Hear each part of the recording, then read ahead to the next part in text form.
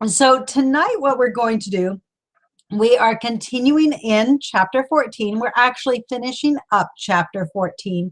We're going to be looking at one of the very difficult questions, and this is one that seems to sideline a lot of people. I think you guys are actually very, very grounded in this, but I think it's important that we have the text ready at hand for when there are questions, because what happens is as we go through the testimony, what we are going to see is that God gave Israel a very detailed prophecy for her history. When Isaiah says, I foretold your end at your beginning. So he told Israel's entire future, her entire history, the major points of what would occur as we go through this study. And as we see that in reality, so many times when I did this study, my mouth would just drop open. It's like, oh, we can verify this in history, and yet here it is in the testimony. These are events that occur long after. Scholars would say the documentary hypothesis, whether we put it in the 6th century or even later in the 2nd century, as some of your minimalist scholars will do. They'll put it very, very late in the Second Temple era. But some of the events that the testimony said would happen occurred long after that scriptural canon was sealed. These are events that were foretold. They were predicted by the word of Yehovah, and they occurred at the time God said they would, and in the sequence God said it would happen. So this really goes back to the question, if this prophecy, the testimony, is so detailed, if God foretold Israel's end at her beginning, then did that mean that Israel had freedom of choice? Did God just predestine everything, or could Israel make her own choices along the way? So I'm going to go get my slideshow, and we are going to look at some of these questions and share some of the ideas that the text supports. So again, we're covering pages 695 to 708. This will conclude chapter 14. So this is the question that I proposed in the book. It said, it could be argued that the testimony given at Mount Sinai demonstrates that the Creator does not allow human beings to choose from themselves, that people are predestined to do good or predestined to do evil. An individual's choice to do right or wrong is never his or her own. Now, I know many Calvinists that hold to this position. It's very interesting when you have discussions, because they'll say, well, we each have our right to choose, but God foreknew what we would choose, and there's only, as they say, 144,000.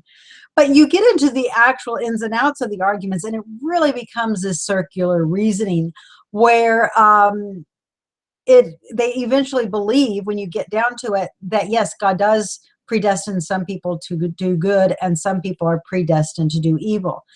And it is my position that if God were to predestine any individual or any nation to do good or to do evil, that God has sinned. Because what do we find throughout the Tanakh? Throughout the Tanakh, and especially within the testimony, we have, if you do right, I will bless you. If you sin, I will curse you. So it's this idea of choice. You do one thing and you have this consequence. You do another thing and you have that consequence. Whether the consequence is right or wrong or good or evil, it's all based on individual choice. So there would be a disconnect there. If you guys listen to the teaching that I did at United Israel the last 2 weeks, I pointed out that this type of thinking, where you have two mutually exclusive and contradicting opinions, is called doublethink. You don't always realize that they're contradicting, and sometimes you have to sit down in the nitty-gritty and look at them to discover that, hey, this is indeed one position contradicts and is mutually exclusive to the other position. So the question is, does Scripture demonstrate that humanity is able to choose for himself? Does Scripture support the theory that humans have the power and the ability to do right and to do wrong outside of God's control? In other words, does God allow complete freedom for people to choose their own fate, whether it be good or evil? And it could be argued in the trial that the Creator had actually influenced Israel to sin and then punished the nations for the very sins he induced. If this were the case, the Creator could not be righteous, nor could be exonerated in this trial. Now, I want to address this for a minute, because at the surface level, we read this and we go, oh yeah, this is a no-brainer. This is a given. But oftentimes when we view God as being arbitrary, when we view Yehovah as having one set of standards for himself and another one for humans, or whether we view him not having to obey the same law he gave to Israel, we inadvertently actually make God this arbitrary God that then becomes almost the position of what people would think of as the devil. Because if he's influencing people to sin and then punishing for the sins he induces, that really is more the job of what traditionally has been thought of Hasatan, of Satan. So this really impinges the righteousness and the integrity of Israel's deity. So there are many, many implications that this position has outside of, whether or not people have the ability to choose for themselves. So just keep that in consideration. Now, I'm going to begin with the idea of Israel's freedom of choice.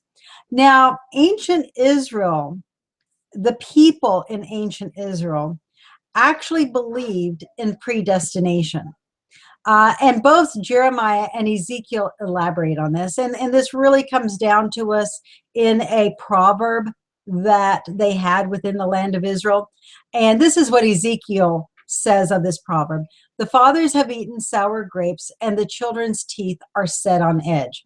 So what that idea means is that the parents have done something that was sour, or something that was ill, or something that was a poor choice, and then their children are predestined. They are at a disadvantage for whatever that consequence is. So the parents do something, but the children inherit the consequence, is really what this proverb insinuates. So now this is Ezekiel's response to the idea that children's choices, that the consequence of the children is predestined. Ezekiel states, if a man be just and do that which is lawful and right, if he has walked in my statutes and has kept my judgments to deal truly, he is just, he shall surely live, says Adonai Yehovah. So there's this idea.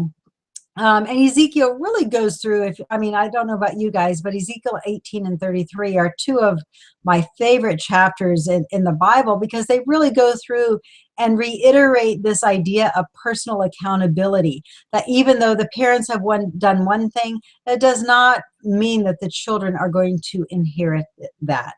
And Ezekiel continues, he says, if he begets a son that is a robber and a shedder of blood, and that does not like any to these, he shall not live. He has done all these abominations. He shall surely die.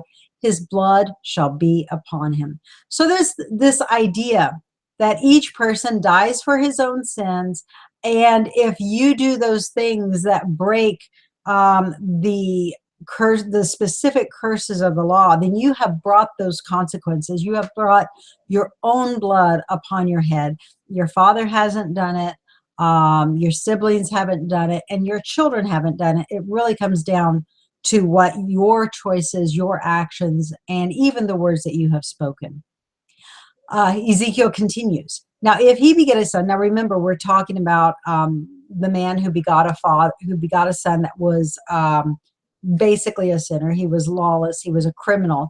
But if this criminal now begets a son, and he sees all the sins of his father, which he has done, and he considers them and does not like his father, He has executed my judgments and has not walked in my statutes. He shall not die for the iniquity of his father. He shall surely live. And so again, we see this idea that even though the father sinned, it doesn't mean that the children have to make that same choice. They're not predestined to their forefathers' choices, but rather each individual has the ability to choose for himself. Jeremiah continues on this. Shabbat Shalom, Cindy. So glad you could join us. Jeremiah continues this, and he reiterates this proverb that was throughout Israel. And when you read Micah 6:2, and you read Ezekiel 18, where you have Israel, who is constantly looking at the law of Moses as a way of life that cannot be kept, as something that is too hard, and something that they have to send someone to go over the sea to go and get it for them, to bring it to them, so that they can hear and do it. This has really always been Israel's attitude. It has nothing to do with the practical application and their actual ability.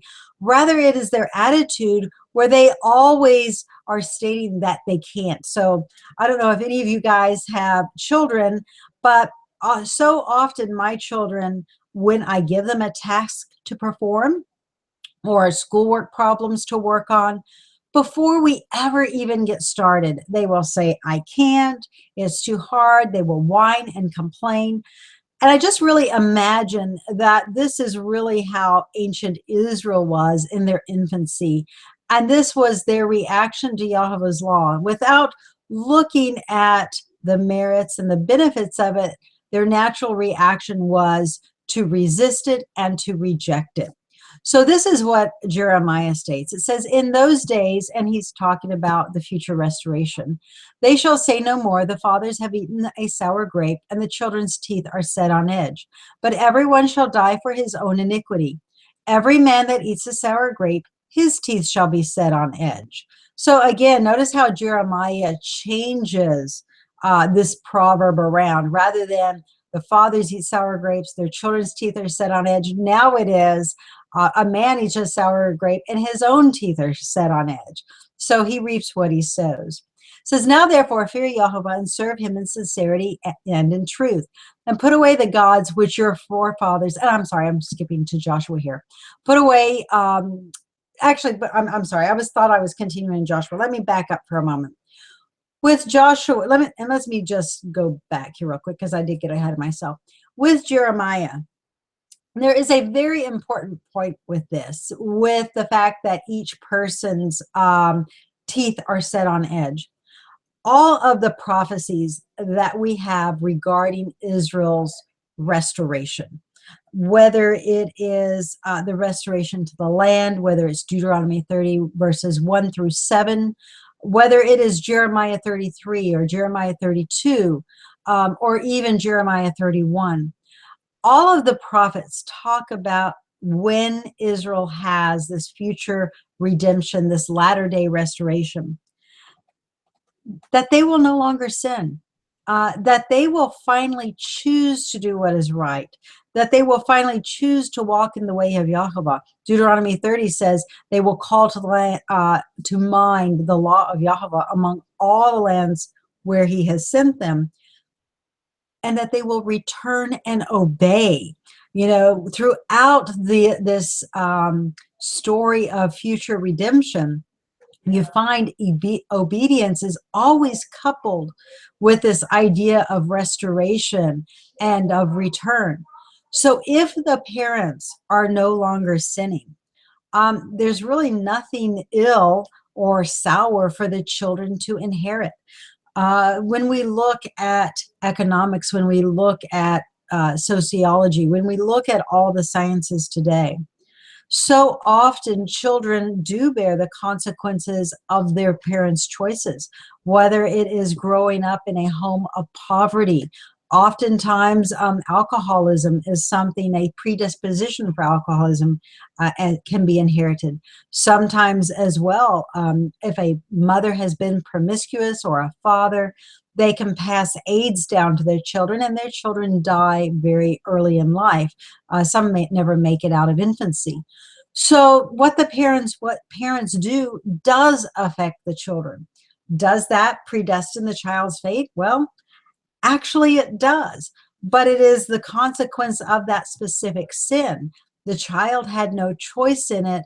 Rather, the parent made that choice for his own child.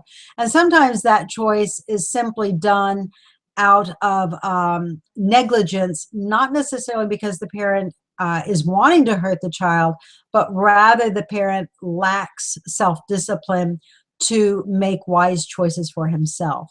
So there is a balance here between the law of consequence and effect, no matter what it is, affecting the children versus the child being able to choose for himself. Now, at the point where there is a latter restoration and people become righteous, once again, there will be nothing, no curses, nothing that is ill or sour for the child to inherit. So now we're going to go forward to Joshua. And Joshua talks regarding the Israel's ability to choose. And this is what Joshua says. Now therefore fear Yehovah and serve him in sincerity and truth, and put away the gods which your fathers served on the other side of the river and in Egypt, and serve you Yehovah. And if it seems evil to you to serve Yehovah, choose you this day whom you will serve, whether you will serve the gods which your fathers served that were on the other side of the river, or the gods of the Amorites in whose land you dwell. But as for me and my house, we will serve Yehovah. I think this is probably one of the strongest verses for an individual, a society's, and a nation's ability to choose. Joshua, who inherited Moses's role as leader in Israel, Moses himself passed that on to Joshua, and Yehovah himself had chose Joshua to succeed Moses. And what we find is that there is an ability to choose. Once again, Moses reiterates this idea of choice when he gives Israel the covenant. And this is what he says. He says, behold, I set before you a blessing and a curse. A blessing if you obey the commandments of Yahweh your God, which I command you this day, and a curse if you will not obey the commandments of Yahweh your God, but turn aside out of the way which I command you this day, to go after other gods which you have not known. So this idea of the conditional if you obey, if you will not obey, that definitely implies choice in the strongest terms. So again, when we look at the testimony, we see Israel's very detailed history. What we are going to see is that what God did with the testimony is that he did not predestine Israel's choice, but he did predestine his judgment or his reaction if Israel chose to do evil. So that if Israel chose evil, then God says, this is what I will do. And this will be the consequence if you choose to make the wrong choice.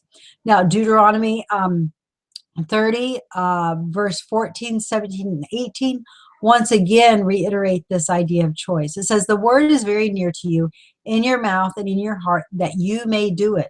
But if your heart turns away, so that you will not hear, but will be drawn away, I denounce to you this day that you will surely perish, and that you will not prolong your days on the land where you go over Jordan to possess it. So this idea of turning away of the heart again implies personal choice. And then the strongest verse of all, Deuteronomy 30, verses 10 through 12. Hold on, I'm going to grab a drink. Moses says, I call heaven and earth to record this day against you, that I have set before you life and death, blessing and cursing. Therefore choose life, that both you and your seed may live, that you may love Yehovah your God, and that you may obey his voice, and that you may cleave to him, for he is your life, and the length of your days, that you may dwell in the land which Yehovah swore to your fathers, to Abraham, Isaac, and Jacob, to give them. This command, therefore choose life. You know, I set before you two ways. I set before you life and death, but I admonish you to choose life. This is the strongest text of all that indicates that each and every one of us can choose the way wherein we will walk. And not just us personally, our communities can make that choice. And even on a broader scale, our nation can make that choice of whom we will serve and which way in which we will walk.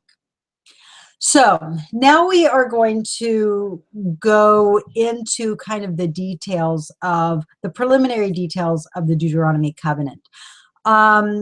We've established the fact that Israel does have a choice, and at Mount Sinai, as well as in Moab, before Israel crosses over into the promised land, in the covenants that God made with them, it was all about choice. It was about Israel's choice to walk in the way and have blessings, or rebel against the way and receive the consequence of curse. Now, as we get into Deuteronomy, you will notice throughout the book that I refer to the book of Deuteronomy, or rather the covenant of Deuteronomy, as the Moab Shechem covenant and not as Deuteronomy. The reason for this is that the word Deuteronomy is actually quite late. It doesn't appear, anywhere in the heading or anything of the book. And what we find is that most of the covenants that God made with the patriarchs and with the nation of Israel, they were very locus-centered. So what that means is that they were at specific places. So Jacob's dream of a ladder, and that covenant was made at Bethel. Abraham had, was on the plain of Mamre, or he was at different locations. You find when God first covenanted with Israel, it was at Mount Sinai. That was the very first place of the national covenant. But the next covenant, the Moab Shechem covenant, which is also known as Deuteronomy, is very interesting. And it's interesting for two reasons, because it's almost a two-part covenant. There is the promise of the covenant outside of the land of Israel on the plains of Moab, right there at the border. But the fulfilling of this covenant and the activation of this covenant does not occur until Israel goes in and carves out and conquers part of the land, making their way all the way to Shechem. So the reason I term this as Moab Shechem is because this is really the feature of the two national covenants, is that they are locus-centric. So in other words, they really focus on specific locations. So with the Sinai and the Moab Shechem covenant, there is one significant difference between them. And this difference is simply the fact that the Moab Shechem covenant adds much greater detail to the Sinai covenant. And we're going to see that as we go along. So this is very important to kind of understand both the timing and the route that Israel took when they entered the land, because it really helps you to understand some of the stories and to see how history or commands, instructions in one part of the law within the book of Deuteronomy are actually fulfilled within the book of Joshua. There's this real distinct tradition that is withheld within both Christianity, Judaism, and especially in Samaritan tradition, to make the law of Moses, or the Pentateuch, the first 5 books of scripture, very separate from the latter books. I did present in chapter 8 in chapter 9, when we looked at chronology, the idea that the first 5 chapters of Joshua really belong with the latter part of Deuteronomy, because it is a continuation of the same scribe as well as the same account. When you look at how the timing and the dates are referred to, it is really one continuous narrative. But what is important for our discussion here is the route of the conquest. And I think you guys can see my mouse here. Notice they come in through Jericho, and this map is not exactly accurate, but it was the most accurate one I could find. They begin to carve out through the interior of the land, and they come up here to Shechem. Now, I realize there is a Shiloh that is listed on the map. I think that is an error. They're looking for a 13th century Exodus. And I do believe that location is in error. We'll go through that in just a minute. But what Joshua does is he carves a path of safety, a corridor of safety, all the way up to Shechem in order for Israel to ratify her covenant with Yehovah. This was very important. You know, Moses had been on Mount Nebo. He had died here. Israel was here when they had covenanted with Yehovah. They cross over into the land. They claim their inheritance. And then they really make this beeline for Shechem for one purpose and one purpose only, and that is to ratify the covenant with Yehovah. So unlike other covenants that were sealed with some sort of sacrificial implement, you know, a self-imprecating sacrifice, this one was ratified by much different terms. In fact, it was ratified more by self-imprecating curses than what it was actual sacrifice. Now, this is very important. One of the instructions God gave to Moses, that Moses gave to Joshua, was that when he crossed over into the land, that he would set up a stone and that he would write all the words of the book of the law and he would set it up. So what you find is that Joshua fulfills this in Joshua 24, verse 26. And it states that they had set this under an oak that was by the sanctuary of Yehovah. So, and he did this in Shechem. He may have done it by the banks of the Jordan River there near Jericho, but we know for sure that he did it at Shechem as well. And one of the features that you find at Shechem, all over Shechem, are all of these standing stones that are really iconic. I think there's something like 22 of them. And it really became a tradition. Now, supposedly that all the words of Deuteronomy, perhaps more of the law of Moses, but at least all the words of Deuteronomy were supposed to have been written on this standing stone and then erected next to the tabernacle. Now, you find that in later history, this idea of the covenant, of Joshua establishing the covenant there in Shechem, becomes so integrated into that community that when they rebel against Yehovah and when they fall into idolatry, that they never leave Yehovah completely, but rather they commingle the worship of Yehovah with the worship of Baal. So that then now you have the temple of Baal Berith, where which means Lord of the covenant. So they're taking the idea that Joshua had ratified the covenant with Yehovah nearby. He had erected the standing stone that was basically kind of a written constitution for the entire nation to see. It was a very public monument for the leaders, the elders, to erect a pagan temple that at the same time still honored Yehovah, was something that was really strong within the tradition of this community. So this really, I think, lends to the historicity of Shechem as a place where Israel actually came, and a spot that was very central to their national identity and the ratifying of the covenant.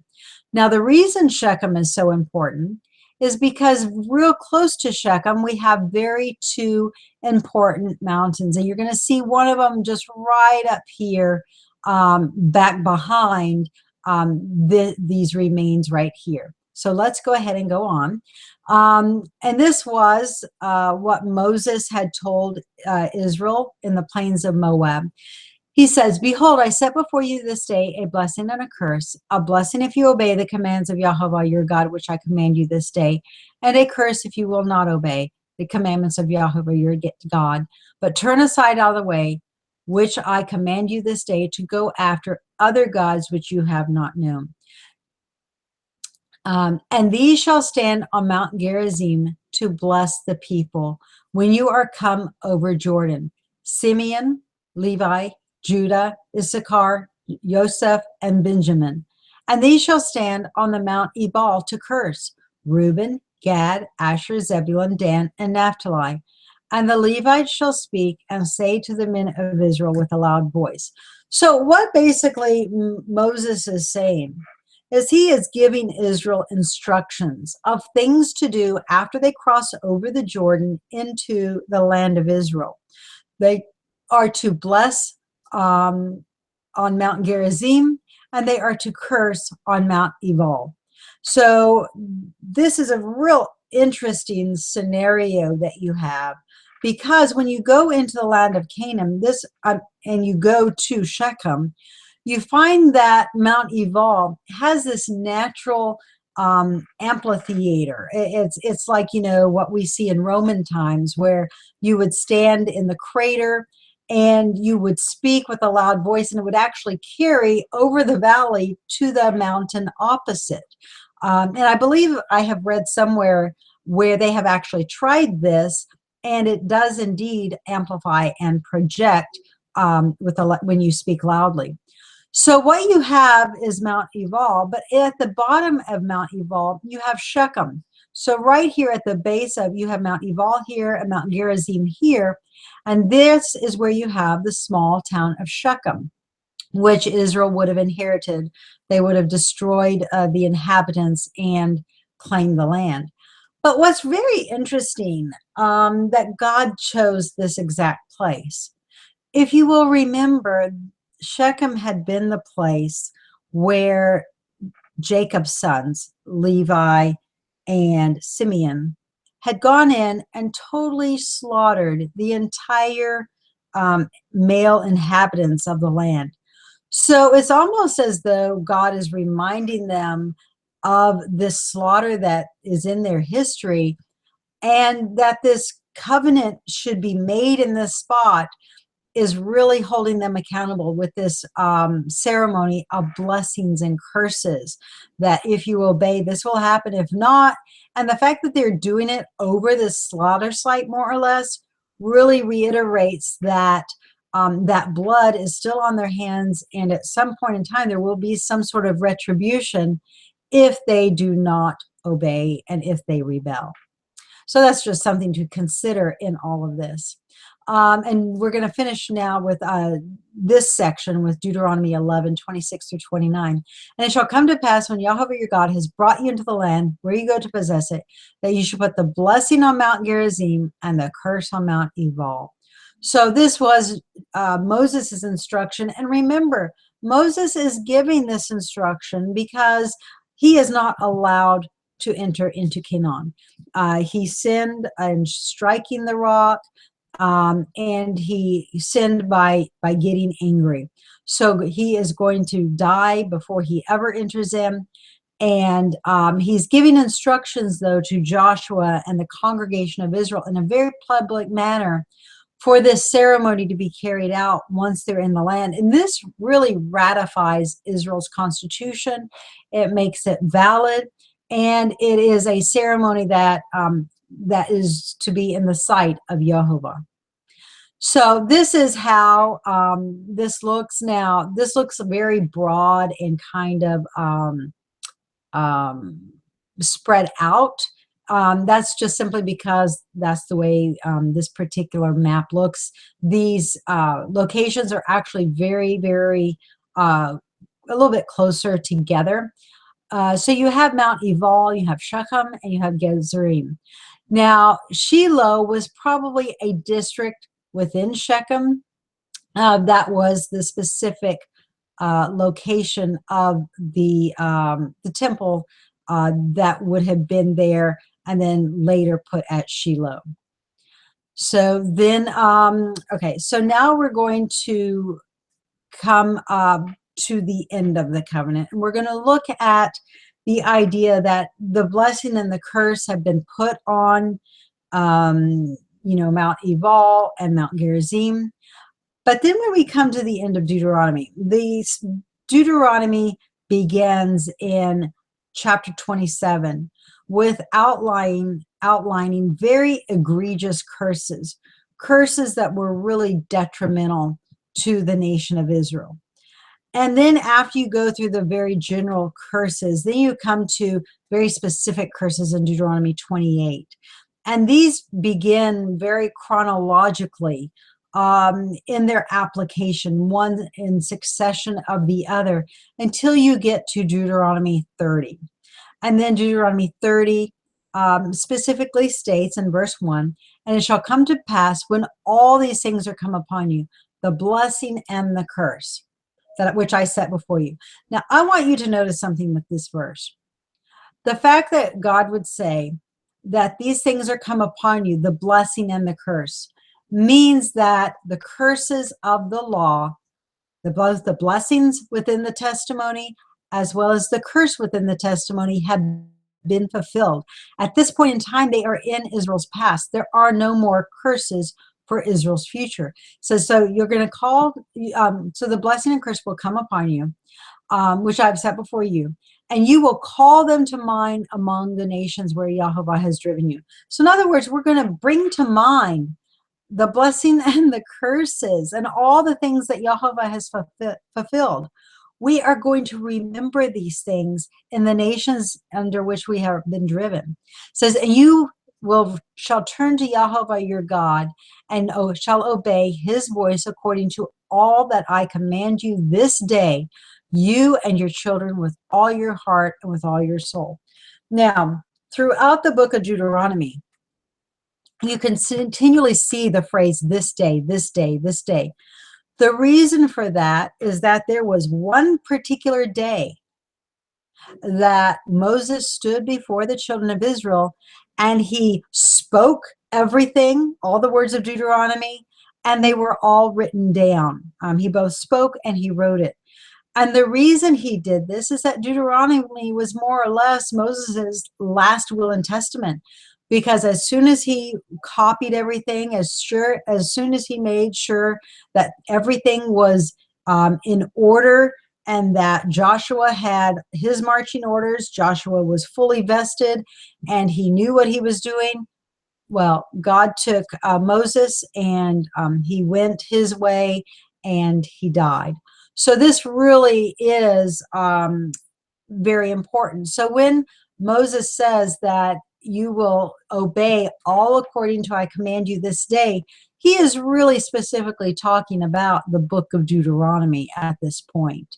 Now, this does not eliminate, this does not devalue any of the previous law of Moses or any of the other testimony. It is just simply that historically this was all done in one day. So after all the law's curses have befallen Israel, the diaspora covenant will be fulfilled. Israel will return to Yehovah as her only God. Yehovah will then return to those who keep his covenant to the land of freedom promised to Abraham, Isaac, and Jacob, never again to be uprooted. And this is just so important. Throughout the prophets, as well as the book of Deuteronomy, you find all of these prophecies, all of these promises over and over again, that when the final restoration, when God finally restores Israel to the promised land, they will never again be uprooted or deported. That is something that has not yet occurred in Israel's history. And the reason is this: when God restored part of Israel during the Second Temple period, they lived on the land for about 200 years before the Ptolemies of Egypt began invading and deporting Israel. Then you had Epiphanes and you had Syria that would invade and they would deport Israel. You also had Alexander. We're not sure that if a deportation occurred under Alexander, but we do know that he had some activity within Judea and Jerusalem. But finally, you find that the greater diaspora came under Rome. When Rome conquered the temple, when they razed the temple, they cast the Jews and anybody that would have been termed an Israelite out of Jerusalem. They chased them from the land, and the people went into diaspora again. So they were uprooted again. This promise to never be uprooted again has not yet been fulfilled. Now, it has great prospect and great potential to be fulfilled in our day, but we're not quite there yet. We're very, very close. We're right at the brink, I would say. So the key with Leviticus 26 is that it parallels Deuteronomy 28 through 30, verse 14. And over the next few weeks, we are going to be seeing this in detail, because what we're going to do is we are going to take a verse from Leviticus 26, we are going to compare it with Deuteronomy 28, and then we're going to see how it plays into Israel's history. We're going to see, was it fulfilled? Remember, Deuteronomy 30 verses 1 and through 3 state that the blessing and curse are in Israel's past. They have been fulfilled. So if those curses have been fulfilled, we want to see why. We want to see how they were fulfilled and why they are in Israel's past. So we're going to be taking a very detailed look and going through this almost painstakingly, because I want to make sure we have a firm foundation, because understanding this is really the key to understanding all prophecy, no matter who the prophet is. Remember, Isaiah 8:20 states, to the law and the testimony, if they speak not according to these, there's no light in them. So understanding the testimony is really the first step in understanding or interpreting any book of the Bible. So after Leviticus 26, we come to this idea in the latter days that God will make a new covenant. After the blessing and the curse are fulfilled, God will give Israel a new covenant. Not a new law, not a new Torah, but a new covenant that he will write on their hearts and their minds. What is different with this new covenant is that it no longer has this feature of curses that we are going to see throughout the next few classes as being so pivotal in Israel's history for 2,000 years. Think about it, guys. The curses in the testimony, Deuteronomy 28 and Deuteronomy 29, those affected Israel for well over 2,500 years. Israel has lived under the curses of the law. With this new beginning, throughout the book of Psalms and even in Isaiah, you have this idea of a new beginning, sing unto Yehovah a new song. Solomon writes of, there's nothing new under the sun. What has done before will happen again. It's just kind of history repeating itself over and over again, and humanity really never learning from the consequences of his choices. What this implies in Jeremiah 31 and in Isaiah and in Deuteronomy chapter 30 is that humanity is finally going to get it. We are finally going to stop hitting our heads against the brick wall, and we are going to choose wisely.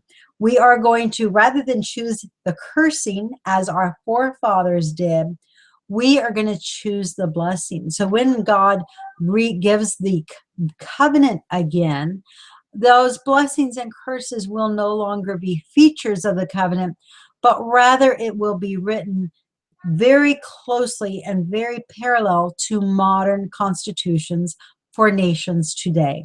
So that is a very important feature and a difference.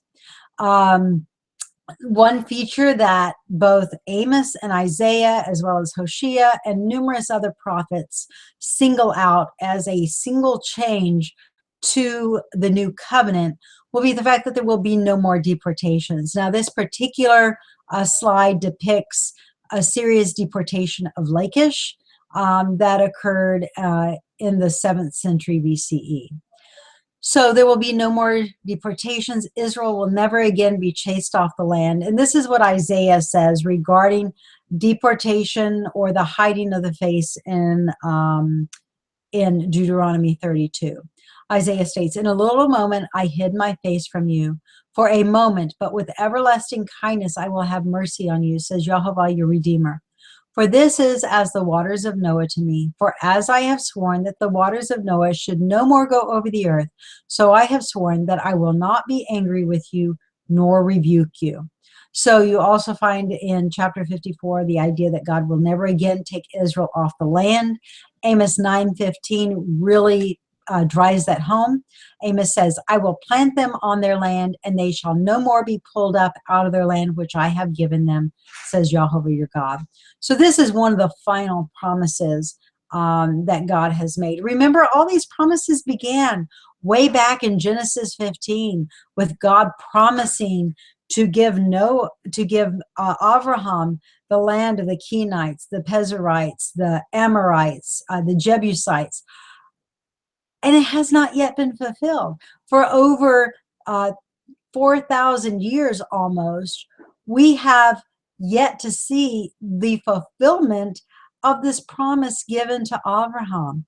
So the ultimate promise that God is reiterating with this final restoration, where people choose to embrace life rather than choosing to embrace death, they choose life.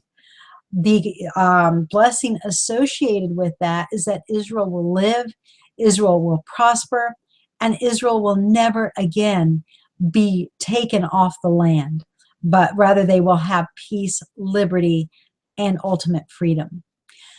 Now, next week, I'm giving all of you guys a homework for the next 2 weeks.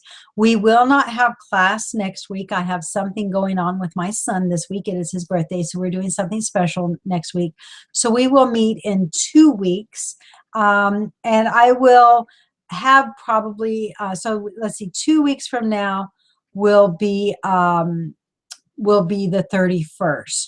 And I will just be coming back from the United Nations, because I am going there with a delegation from United Israel for the anti-BDS movement. We're called Ambassadors Against BDS. So we are attending that. So I'm sure I will have lots to share for that. But because we will not have class next week, I am giving you guys some homework. It's not a lot. But I would like for you guys to look at pages 700 to 702. Look up those verses. If you have a Bible study program, look at the Hebrew, see how it compares. But look at the overall context. See how the context between Leviticus 26, those specific verses, see how it parallels Deuteronomy 28. And then what we're going to do when we resume class on the 31st, is we are going to see how that is applied in detail to Israel's history. We are going to see that one of the curses that the law foretold was every single deportation of Israel into Assyria and Babylon. It is amazing the absolute fidelity that God had foretold to Israel. And in addition to that, I'm going to go back and get my, whoops, okay. Let me go back and get my camera here. So we're going to see the detail in which the curses were applied to Israel. Every single deportation, when Samaria is sieged, that is foretold. When Jerusalem is sieged, that is foretold. So it is really amazing the exact detail that God tells Israel. Now, let me warn you, there's going to be some surprises along the way. And there may be some things that I share with you, not in great detail, but in a little bit, that I allude to in volume 1, but I go into greater detail in volume 2. And we might just kind of braze some of those issues as we go along. So anyways, that is the class for tonight. If you guys have any questions or comments, please feel free to type them in. And Ross is back again. He is stoked. He is energetic and ready to go in the morning. So I hope you guys will join me in the morning at United Israel. So any questions or comments this evening? I appreciate all you guys being here. It is always fun hanging out with you.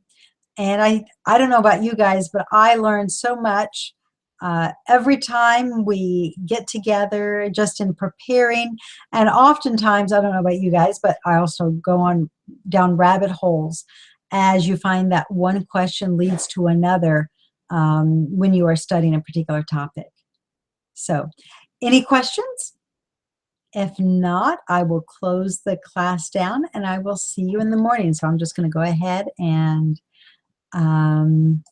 Thank you, Cindy. I appreciate that. Yeah, I cannot wait to tell about it. I'm just um, so excited for what we're going to learn, as well as for the relationships that hopefully we will forge along the way. So, all right. Well, if there's no questions, remember, guys, if y'all are ever reading something in the book and you come across a question, you are always welcome to message me on Facebook if you have a question, or email me. So either way. So great to see you as well, Sylvia. Yes. Oh, and you know what? I will try to do Facebook Live while I'm there, Cindy. And let me just reiterate this point as well. Right now, we are on YouTube, but come April 25th, it is my understanding that YouTube is no longer supporting Google Hangouts, which that is the only platform I use because it is easy, it is free.